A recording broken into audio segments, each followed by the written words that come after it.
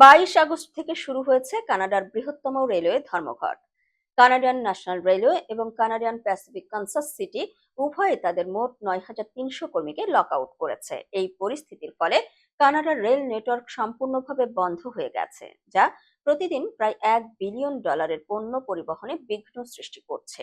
এই ধর্মঘটের মূল কারণ হলো শ্রমিক ইউনিয়ন এবং কোম্পানিগুলোর মধ্যে বেতন, কাজের সময়সূচি এবং কর্মস্থলের শর্তাবলীর ওপর বিরোধ।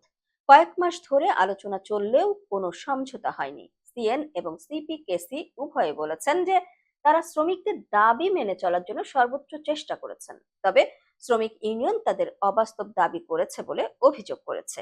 এই লকআউটের কারণে শুধুমাত্র পণ্য পরিবহন নয়, টরন্টো, মন্ট্রিয়াল এবং ভ্যাঙ্কুভারের মতো বড় শহরগুলোর কমিউটার ট্রেন পরিষেবাও ব্যাহত হয়েছে। শিল্প ও ব্যবসার ক্ষেত্রে ব্যাপক ক্ষতির সম্ভাবনা রয়েছে, বিশেষ করে কৃষি, খনিজ সম্পদ, খুচরা বিক্রয় এবং গাড়ি তৈরির ক্ষেত্রে।